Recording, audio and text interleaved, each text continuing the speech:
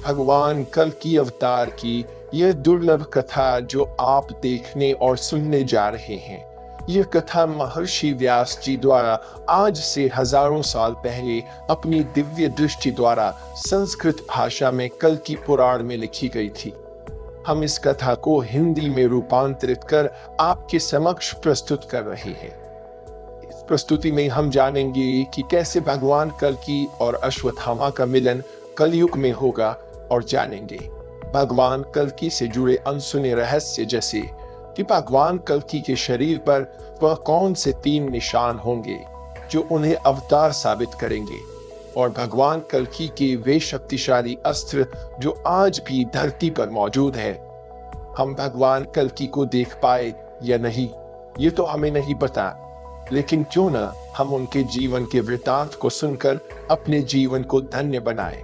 जब भी धरती पर अधर्म बढ़ता है तो भगवान विष्णु धर्म की पुनः स्थापना के लिए अवतरित होते हैं।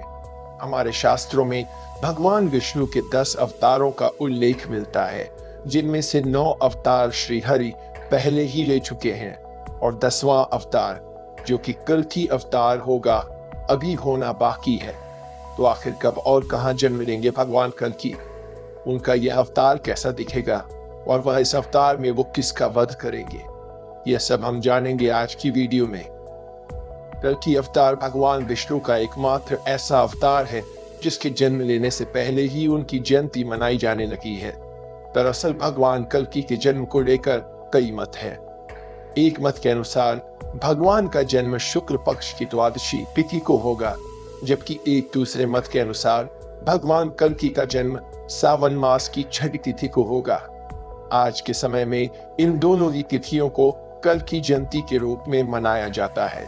कल्कि अवतार का विस्तृत उल्लेख हमें विष्णु पुराण में मिलता है, जिसके अनुसार भगवान कल्कि का जन्म उत्तर प्रदेश के मुरादाबाद जिले के संभल गांव में होगा।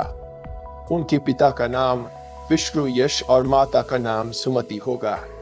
ये दोनों ही भगवान विष्णु के परम भक्त होंगे। मान्यताओं के अनुसार भगवान विष्णु का यह अवतार 64 कलाओं में निपुण होगा। जब लोगों के हृदय में सिर्फ अधर्म भर जाएगा तो भगवान कल्कि ही लोगों को अधर्म से धर्म के मार्ग पर लेकर आएंगे। श्रीमद् भागवत में भगवान कल्कि की कथा विस्तार से दी गई है। इसमें बताया गया है कि यह अवतार भगवान विष्णु का 10वां और आखिरी अवतार होगा, जिसके बाद कलयुग का अंत और सतयुग की पुनः शुरुआत होगी। श्रीमद् भागवत के अनुसार भगवान राम की ही तरह भगवान कल्कि के भी 4 भाई होंगे। उनकी 2 पत्नियां भी होंगी। पहली माता लक्ष्मी के रूप में पद्मावती और दूसरी पत्नी रमा होंगी। मान्यता है कि रामावतार के समय अर्थात त्रेता युग में वैष्णवी नाम की एक स्त्री ने जन्म लिया था, जिसने भगवान श्री राम से विवाह की इच्छा प्रकट की थी।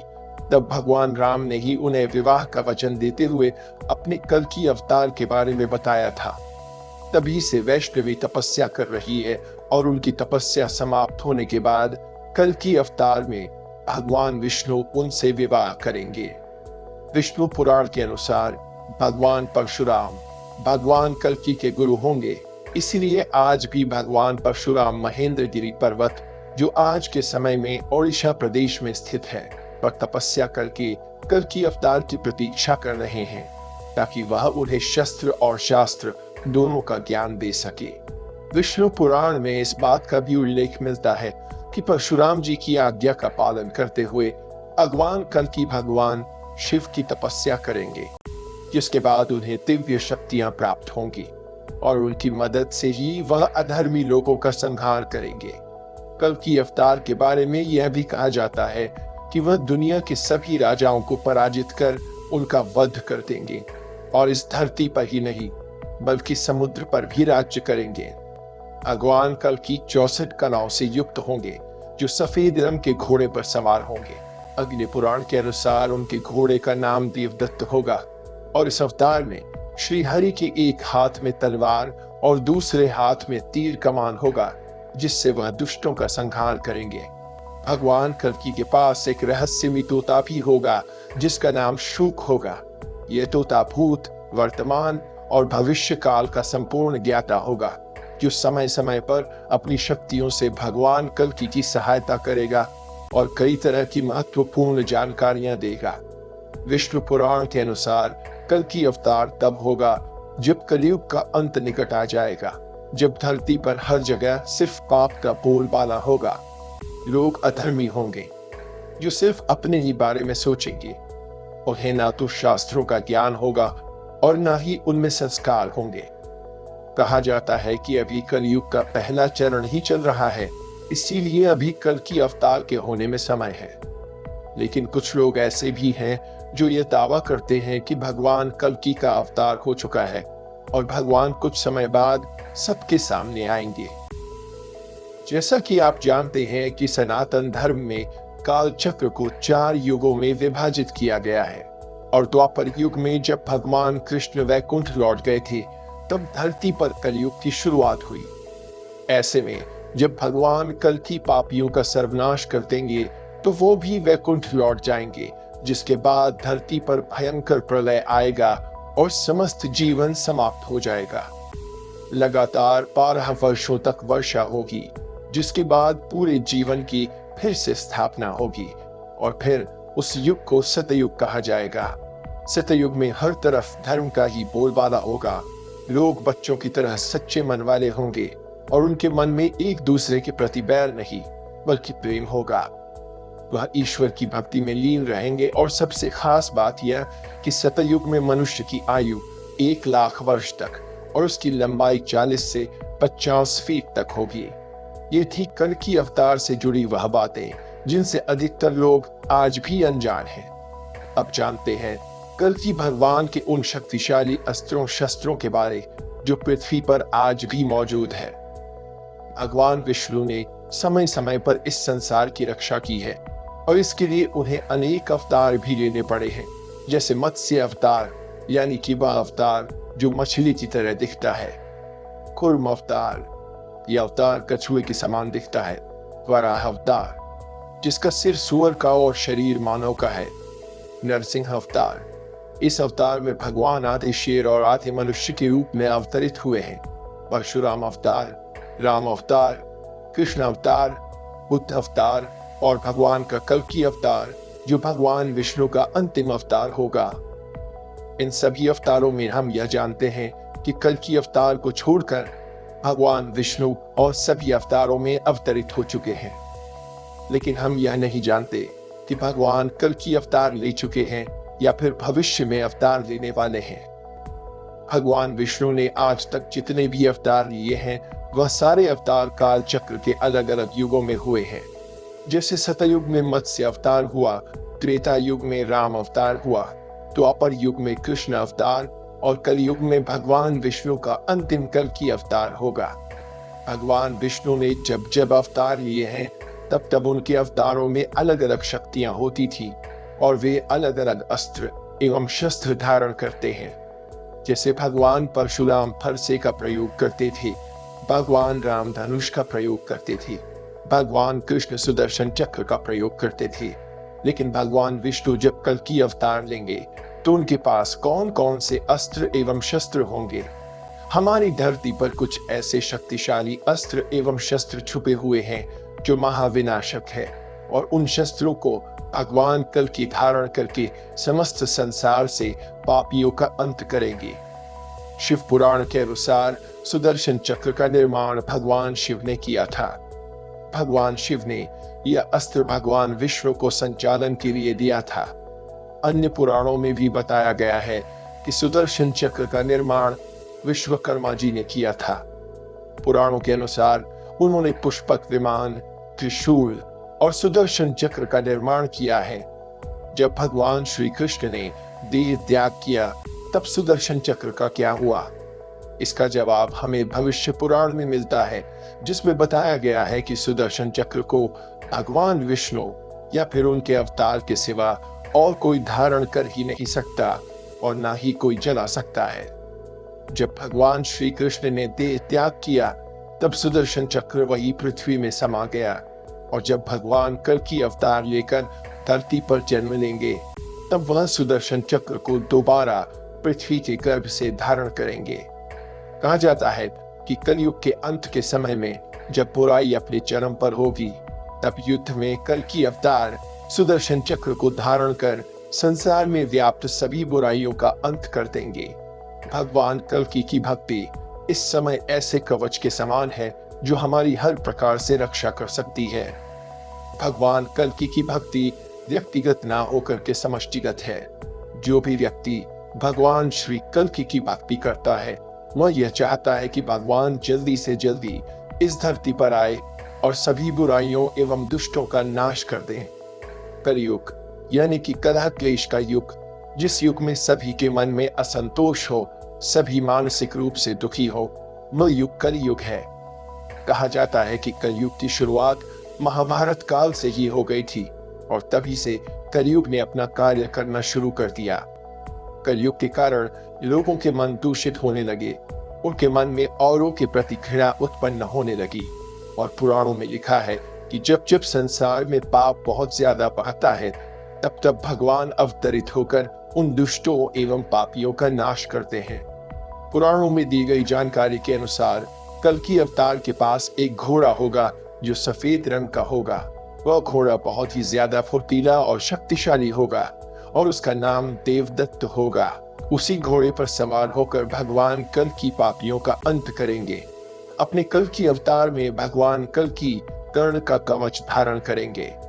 द्वापर युग में इंद्रदेव ने कर्ण के कवच को छल से ले तो लिया था, लेकिन छल से पाई गई कोई भी चीज इंद्रदेव अपने साथ स्वर्गलोक नहीं ले जा सकते थे। इसीलिए तत्पश्चात इंद्र ने कर्ण के कवच और कुंडल को धरती लोक पर समुद्र के किनारे किसी गुप्त जगह पर छुपा दिया था। उसके बाद चंद्रदेव की उस पर नजर पड़ी और वह उसे चुरा कर भाग रहे थे। तब समुद्र देव ने चंद्रदेव से कवच और कुंडल को बचाया।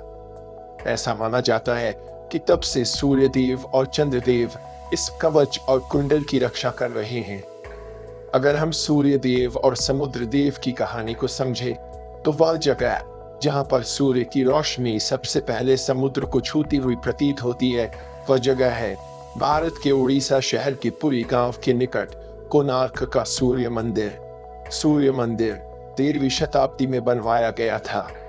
इस मंदिर को कई बार बनवाया गया, लेकिन आक्रमणकारियों द्वारा इसे बहुत बार तोड़ा भी गया। प्राचीन काल से बने इस मंदिर में पूजा करने के कोई भी सबूत नहीं मिलते हैं। सोचने की बात यह है कि क्यों बार बार इस मंदिर को तोड़ा जाता था। आखिर आक्रमणकारी वहां पर क्या ढूंढने की कोशिश करते थे? कहीं वहां कर्ण के कवच और कुंडल तो नहीं थे। ऐसा माना जाता है कि सूर्य मंदिर के नीचे गुप्त गुफा जाती है, जहां पर कर्ण के कवच और कुंडल रखे हुए हैं और उनकी रक्षा तक्षक नाग करता है। कई ग्रंथ और कहानियों में ऐसा लिखा गया है कि भगवान विष्णु के 10वें अवतार यानी कि भगवान कल्कि को इस कवच की पूरी सच्चाई पता होगी और वही अवतार इस कवच और कुंडल को उस गुफा से निकालकर प्रयोग करेंगे। 64 कलाओं से युक्त कल्कि अवतार जब कली पुरुष से युद्ध करेंगे, तो वे युद्ध के दौरान कवच और कुंडल को अपने शरीर पर धारण करेंगे। उस कवच और कुंडल में इतनी शक्ति होगी कि वह कल्कि अवतार को बड़े से बड़े अस्त्र शस्त्र से बचाएगा और तब जाकर महाबली महाशक्तिशाली श्री कल्कि भगवान कली पुरुष जैसे महाशक्तिशाली असुर का वध करेंगे। भगवान कल्कि से जुड़ी ब्रह्म पदार्थ की एक रहस्यमयी कथा भी हमें सुनने को मिलती है। यह कथा जगन्नाथपुरी मंदिर से जुड़ी है। जगन्नाथपुरी मंदिर देश का ऐसा अनोखा मंदिर है जहां भगवान जगन्नाथ उनके भ्राता बलभद्र और उनकी बहन सुभद्रा की काठ की यानी लकड़ी की मूर्तियों में विराजमान है। इस मंदिर की अनेक ऐसी मान्यताएं और विशेषताएं हैं जो आज भी लोगों के लिए रहस्य बनी हुई है। इस मंदिर से जुड़ी एक मान्यता यह है कि जब भगवान जगन्नाथ यानी कि भगवान कृष्ण ने अपने शरीर का त्याग किया था, तब उनके अंतिम संस्कार के दौरान उनका पूरा शरीर पंच तत्वों में विलीन हो गया था, परंतु उनका देह का एक भाग शेष रह गया और वह था उनका हृदय। लोगों की मान्यता है कि भगवान श्री कृष्ण का हृदय एक जीवित व्यक्ति की भांति धड़कता रहता है और वह आज भी भगवान जगन्नाथ की मूर्ति के अंदर सुरक्षित है। पुरी स्थित जगन्नाथ मंदिर में तीनों मूर्तियों को 12 वर्ष में एक बार बदलने की प्रथा है, अर्थात पुरानी मूर्तियों के स्थान पर नई मूर्तियां हर 12 साल बाद बदल दी जाती हैं। हालांकि इस मंदिर में मूर्तियों को बदलने से जुड़ा एक बहुत ही दिलचस्प किस्सा है। जिस समय पुरानी प्रतिमाओं के स्थान पर नई प्रतिमाएं रखी जाती है, उस समय पूरे शहर की बिजली काट दी जाती है। मंदिर के चारों तरफ घोर अंधकार कर दिया जाता है, यहाँ तक कि मंदिर के परिसर और बाहर की तरफ CRPF के जवानों को तैनात कर दिया जाता है। जिस समय मूर्तियां बदली जाती है, उस समय मंदिर के अंदर सिर्फ उन्हीं पुजारियों को मंदिर में जाने की अनुमति होती है जिन्हें मूर्तियां बदलनी होती हैं। यहाँ तक कि मूर्तियों को बदलने वाले पुजारियों की आंखों पर पट्टी बांध दी जाती है और हाथों में दस्ताने पहनाए जाते हैं। यह प्रक्रिया पूरी होने के उपरांत ही प्रतिमाओं को बदलने का कार्य किया जाता है। मूर्तियों को बदलने के साथ ही एक ऐसी चीज है जो कभी नहीं बदलती, और वह है ब्रह्म पदार्थ। मूर्तियों को बदलने के दौरान पुरानी मूर्ति से ब्रह्म पदार्थ को निकालकर नई मूर्ति में लगा दिया जाता है। वास्तव में ब्रह्म पदार्थ क्या है, इसके बारे में अभी तक किसी के पास कोई भी जानकारी नहीं है। सभी को सिर्फ इतना मालूम है कि यह ब्रह्म पदार्थ पुरानी मूर्ति से निकालकर नई मूर्ति में लगा दिया जाता है। ब्रह्म पदार्थ को लेकर मान्यता यह भी है कि यदि किसी ने इसे देख लिया तो उसके शरीर के टुकड़े भी उड़ जाएंगे और इसे देखने वाले व्यक्ति की तत्काल मृत्यु हो जाएगी। हो ना हो, इस ब्रह्म पदार्थ में भगवान कृष्ण की असीमित शक्तियां हैं। कुछ लोगों का कहना है कि इसका संबंध कल्कि अवतार से है, क्योंकि इतने शक्तिशाली ब्रह्म पदार्थ को भगवान के अवतार के अलावा और कोई संभाल ही नहीं सकता। और कुछ लोग मानते हैं कि भगवान कल्कि इस ब्रह्म पदार्थ की सारी ईश्वरी शक्तियों को खुद में समाहित कर लेंगे। अब जानते हैं कि आखिर अश्वत्थामा से कब मिलेंगे कल्कि अवतार, और क्या सचमुच कलयुग के अंत में अश्वत्थामा कल्कि अवतार की सहायता करेंगे। अश्वत्थामा महाभारत के युद्ध का वह योद्धा है जिससे शायद ही कोई अनजान होगा। अश्वत्थामा गुरु द्रोणाचार्य के पुत्र थे। उनके जन्म के समय उनके रोते हुए मुख से घोड़े की हिनहिनाने की आवाज आने के कारण द्रोणाचार्य ने उनका नाम अश्वत्थामा रखा। पुराणों की माने तो अश्वत्थामा के अभी तक कलयुग में जीवित होने के कई सारे किस्से और प्रसंग आज भी मिलते हैं। कहते हैं कि वह स्वयं भगवान शिव के रौद्र रूप का एक अंश थे। अश्वत्थामा को मिले श्राप का किस्सा तो आप सब जानते ही होंगे। महाभारत के युद्ध के अंतिम समय भीम द्वारा दुर्योधन को हराकर उसकी जान तोड़ दी गई थी। तब पांडव वहां से अपने शिविर की ओर निकल गए थे। दुर्योधन और अश्वत्थामा दोनों के बीच वार्तालाप हुआ और अश्वत्थामा ने कुकर्म की नीति बनाई, जिसमें उन्होंने एक रात पांडवों के शिविर में घुसकर पांडवों की हत्या करनी चाहिए, जिसकी भनक भगवान श्री कृष्ण को पहले ही लग चुकी थी। इसलिए भगवान श्री कृष्ण उस रात सभी पांडव भाइयों को किसी विशेष काम से ले गए। तभी पीछे से अश्वत्थामा ने शिविर में घुसकर पांडव समझकर उनके पुत्रों की हत्या कर दी और शिविर में आग लगा दी।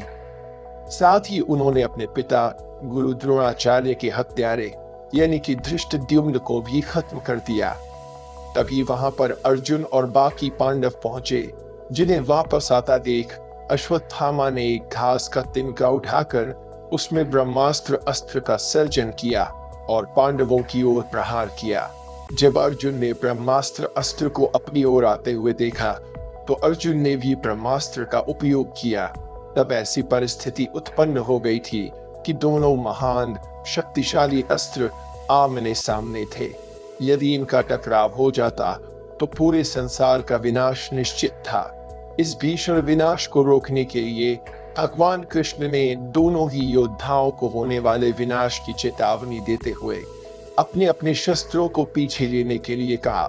भगवान कृष्ण के कहने पर अर्जुन ने तो अपना शस्त्र पीछे ले लिया, लेकिन अश्वत्थामा को इस विद्या का कोई भी ज्ञान नहीं था। इसीलिए अश्वत्थामा ने अपना शस्त्र उत्तरा के गर्भ की ओर मोड़ दिया। उत्तरा अभिमन्यु की पत्नी थी, जिनसे उन्हें जल्द ही एक संतान प्राप्त होने वाली थी। अश्वत्थामा के शस्त्र की बदौलत उत्तरा का गर्भ नष्ट हो गया। लेकिन बाद में भगवान श्री कृष्ण के द्वारा उस बालक को पुनः जीवित किया गया और उसका नाम परीक्षित पड़ा, जिसने आने वाले समय में पांडवों के साम्राज्य को चलाया। लेकिन उसी समय भगवान श्री कृष्ण अश्वत्थामा पर पूरी तरह से क्रोधित हो उठे। उन्होंने अश्वत्थामा को श्राप दिया कि तुम अपने शरीर पर अनगिनत घाव लेकर युगों युगों तक जंगलों में भटकते रहोगे, परंतु तुम्हें मृत्यु तक नसीब नहीं होगी। इतना कहकर भगवान श्री कृष्ण ने अश्वत्थामा के माथे से उसकी शक्तिशाली मणि छीन ली, जो कि अश्वत्थामा की शक्ति का स्रोत था। ऐसे भयानक श्राप को लेकर अश्वत्थामा वहां से चला गया। परंतु सोचने वाली बात यह है कि महाभारत के युद्ध में अश्वत्थामा से भी बड़े पाप करने वाले कई सारे लोग मौजूद थे, परंतु फिर भी अश्वत्थामा को ही इतनी बड़ी सजा क्यों मिली? कई पुराण बताते हैं जब कलयुग अपने अंतिम समय में होगा और कलयुग का राक्षस कली पुरुष चारों ओर अधर्म फैला रहा होगा, तब भगवान विष्णु का अंतिम अवतार यानी कल्कि अवतार जन्म लेंगे और उसकी सहायता हेतु 7 चिरंजीवी योद्धा कल्कि अवतार के साथ आएंगे, जिनमें से एक चिरंजीवी योद्धा होंगे अश्वत्थामा। बड़े बड़े ज्ञानी और पुराण बताते हैं कि कृष्ण द्वारा अश्वत्थामा को श्राप देना मात्र एक जरिया था, परंतु भगवान श्री कृष्ण का उद्देश्य बिल्कुल अन्य ही था। यानी पुरुष चारों युगों में सबसे अधिक शक्तिशाली राक्षस के रूप में जन्म लेगा, जिसके अंत हेतु कई प्रकार की शक्तियों की आवश्यकता होगी। इस बात का ज्ञान भगवान श्री कृष्ण को शायद पहले ही था। इसी कारण से भगवान श्री कृष्ण ने अश्वत्थामा को श्राप दिया, जिससे समय आने पर अश्वत्थामा कली पुरुष का अंत करने में कल्कि अवतार की सहायता कर सके। कहा जाता है कि एक समय ऐसा भी आएगा जब कली पुरुष की सेना से युद्ध लड़ने के लिए कल्कि अवतार को एक सेनापति की आवश्यकता पड़ेगी और उस कमी को पूरा करेंगे अश्वत्थामा। इसके साथ उनकी शक्ति स्रोत यानी उनकी मणि उन्हें वापस प्राप्त हो जाएगी और इस बार वह अधर्म नहीं बल्कि धर्म का साथ देंगे। यही एक कारण है जिसके स्वरूप श्री हनुमान श्री परशुराम आज तक अजर और अमर है। जब कली पुरुष चारों तरफ अंधकार फैला देगा और साथ ही अधर्म का बोलबाला होगा, उस समय कल्कि अवतार इस धरती पर जन्म लेंगे। भगवान परशुराम द्वारा उन्हें शिक्षा प्रदान होगी और उसके बाद उनकी भेंट होगी स्वयं अश्वत्थामा से। कलयुग में भगवान कल्कि के शरीर पर कुछ ऐसे चिन्ह होंगे जिनसे हम यह बता पाएंगे कि यही कल्कि भगवान है। जब किसी भी महान पुरुष की पहचान करनी होती है तो हम उनकी पहचान उनके गुणों और उनके कर्मों से करते हैं। इसके अलावा उनके शरीर पर ऐसे कुछ खास चिन्ह भी होते हैं जिनसे हम उनका पता लगा सकते हैं। इसी तरह से भगवान कल्कि की भी एक अलग पहचान होगी। कलयुग के समय में हम भगवान कल्कि के कार्यों से तो अवगत हो जाएंगे। वह कली राक्षस से युद्ध करेंगे और कलयुग में सभी अधर्म का विनाश कर धरती को पापों से मुक्त करेंगे, परंतु उनके शरीर पर कुछ ऐसी खास निशानियां होंगी जिनसे हम उनको पहचान सकते हैं। भगवान विष्णु ने हर युग के अंतिम समय में जन्म लिया है। भगवान विष्णु इस धरती पर विशेष शक्तियों के साथ जन्म लेते हैं। भगवान कल्कि अवतार की पहचान उनके शरीर पर लगी उस कौस्तुभ मणि से होगी। कौस्तुभ मणि कोई साधारण मणि नहीं होगी, इसे स्वयं भगवान विष्णु धारण करते हैं और इस मणि की उत्पत्ति समुद्र मंथन के दौरान हुई थी। पुराणों के अनुसार कौस्तुभ मणि समुद्र मंथन के समय प्राप्त 14 रत्नों में से एक है।